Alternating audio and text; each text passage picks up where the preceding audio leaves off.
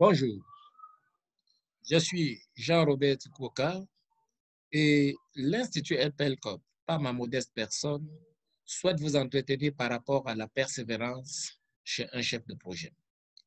Avant tout, rappelons que la réussite d'un projet doit beaucoup au chef de projet, ou mieux, que la réussite d'un projet passe avant tout par les qualités ou les talents du chef de projet.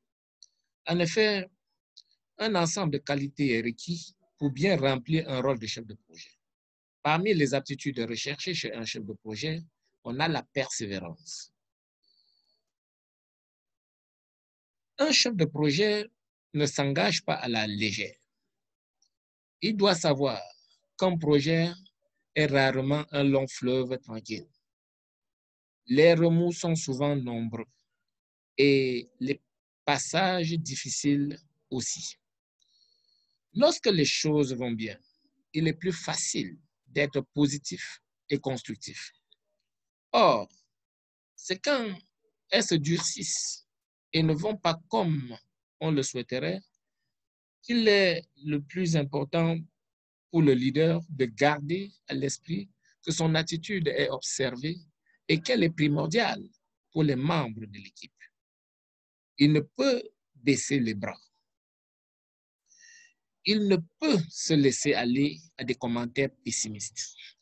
Il est la force constructive qui, pas à pas, brique après brique, aide l'équipe projet à progresser vers des solutions satisfaisantes, sinon idéales. Enfin, le chemin vers la réussite du projet est long. Comme pour un marathon, il faut se préparer aux inévitables difficultés. Ne pas s'épuiser en jetant toutes ses forces en début de course. Trouver le bon rythme et le maintenir jusqu'à la ligne droite finale, où il faudra encore accélérer s'il lui reste quelques forces. Il faut tenir la distance. Bref, le chef de projet doit en permanence justifier d'une bonne dose de persévérance. Ceci en trouvant notamment d'autres moyens de poser des questions que ceci en trouvant, autant pour moi, notamment d'autres moyens de poser les questions dans des situations d'impasse. Autrement dit, dans la difficulté, il doit savoir garder le cap. Il doit être persévérant. Avant de terminer cette présentation, je vous convie pour en savoir davantage sur pourquoi et comment un chef de projet doit cultiver la persévérance. Ceci en regardant notamment la présentation qui va suivre. À la fin de la présentation, donc à la fin de cette présentation, n'oubliez pas d'aimer ou de partager cette vidéo. Merci. Michael Jordan. Après avoir été rejeté de l'équipe de basket de son lycée, il est allé s'enfermer dans sa chambre pour pleurer. Il s'est par la suite entraîné tous les matins tout seul à 5 heures pendant que les autres dormaient. Il déclare dans un journal que dans sa carrière, il a raté plus de 9000 tirs, perdu plus de 300 matchs. À 26 reprises, on m'a fait confiance pour le tir de la victoire et j'ai raté. J'ai souvent échoué et c'est pour cela qu'aujourd'hui j'ai réussi. Il dit également « Je peux accepter l'échec, tout le monde ne peut pas réussir, mais je n'accepte pas de ne pas essayer. » Sylvester Stallone. Il a été si pauvre qu'il ne pouvait plus payer le chauffage et il a dû vendre son chien pour pouvoir manger. Albert Einstein. Enfant, il a eu de gros problèmes de parole et de lecture. Il a échoué à son premier examen d'entrée à l'école polytechnique de Zurich. Il aura par la suite le prix Nobel et fait évoluer la physique moderne. Walt Disney. Renvoyé d'un poste de rédacteur sous prétexte de manque d'imagination. Il a essuyé plus de 300 refus de prêts de la part des banques pour l'ouverture de son parc Disney World.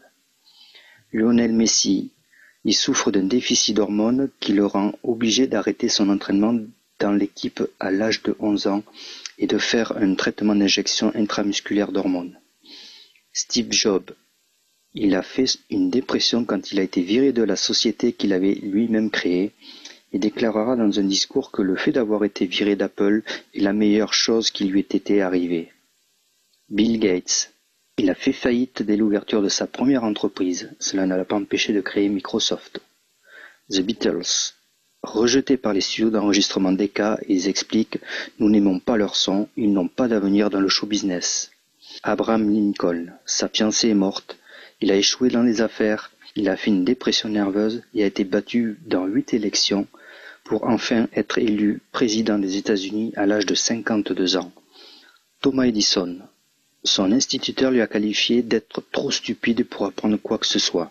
Après 2 ans de travaux, 1200 tentatives et 30 000 $ de frais, il inventa l'ampoule. On ne peut pas tous les citer, mais des cas comme cela sont nombreux.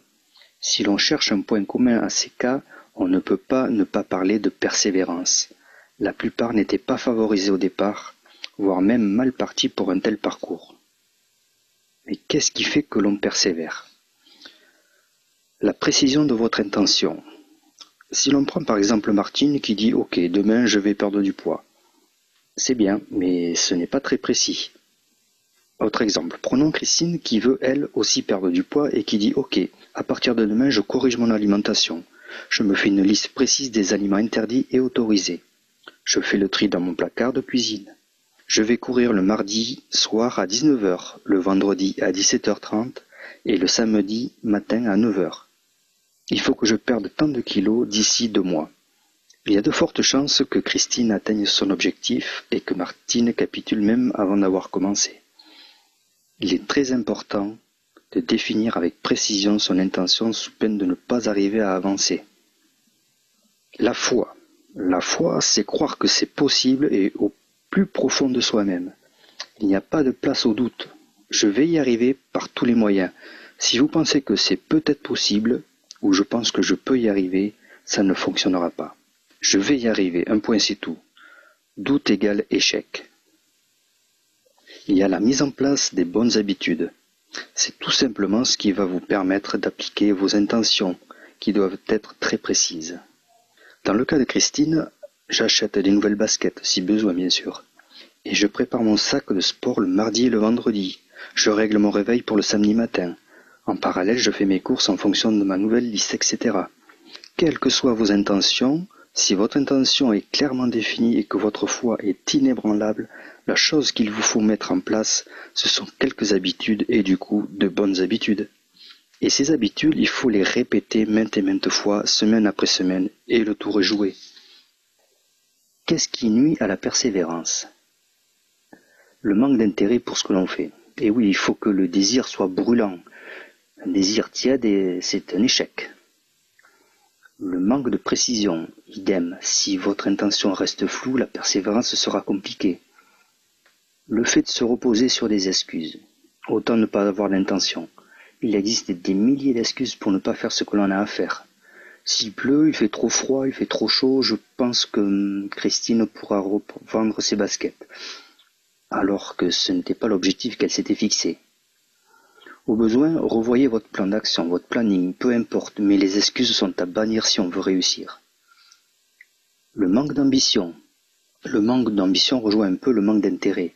Si vous n'avez pas d'ambition, vous n'irez pas loin. Et oui, pourquoi faut-il persévérer si on n'a pas d'ambition? On ne persévère que dans le challenge et non dans la facilité. C'est cela qui est excitant. La recherche de raccourcis menant au résultat. Une des erreurs à ne pas commettre également est de brûler les étapes. Là aussi, quelle que soit votre intention, votre objectif, il faut faire preuve de patience. Vous ne pouvez pas, par exemple, devenir millionnaire du jour au lendemain. Il y a beaucoup d'étapes à franchir. Tout comme Christine, si elle veut perdre du poids, il va falloir de la patience, de l'abnégation, et au fil du temps, les résultats se feront ressentir, avec également un grand sentiment de fierté. Si l'atteinte de votre objectif doit prendre quelques mois, voire 1 an, 2 ans, vous laisserez tomber l'affaire, car tout simplement vous serez à la recherche de raccourcis pour atteindre votre but, et le plus vite possible, et ça ne marche pas. La peur d'être critiqué.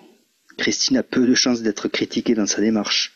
Mais prenons l'exemple d'une personne qui veut, je sais pas, qui veut mettre en place une association, ou bien ouvrir un magasin, ou faire fortune en vendant je ne sais quoi. Si cette personne a peur de la critique, eh bien elle ne le fera pas, par peur justement de la critique. Il ne faut pas vivre en fonction de ce que pensent les gens.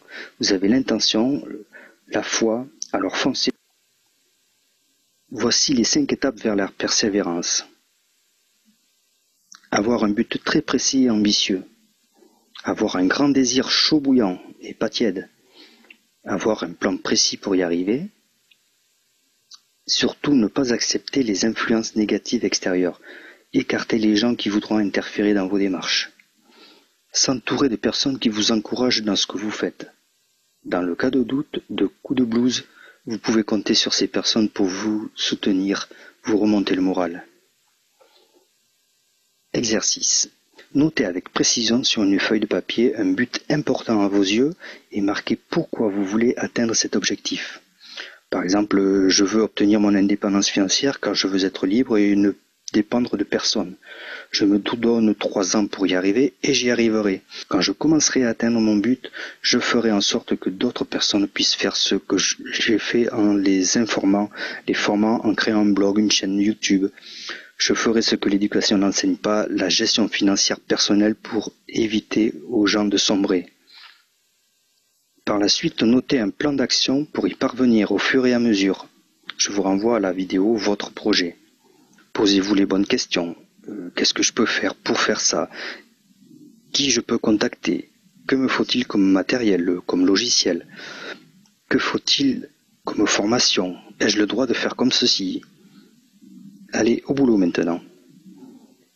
Pour conclure cette vidéo, je vous encourage à méditer sur ces personnes que j'ai citées en début de la vidéo et vous dire, moi aussi j'en suis capable. Je suis capable de réussir et de ne surtout rien lâcher. La persévérance est un des fondamentaux de la réussite. C'est un état d'esprit indispensable. Ces personnes-là se sont servies de leurs échecs pour réussir, ce qui prouve bien qu'un échec doit être considéré comme une opportunité d'évolution. On doit en tirer des leçons. C'est une source d'informations supplémentaires qui vous dit « Bon, ok, faut que je m'y prenne autrement ». Il n'y a pas d'échec dans la vie.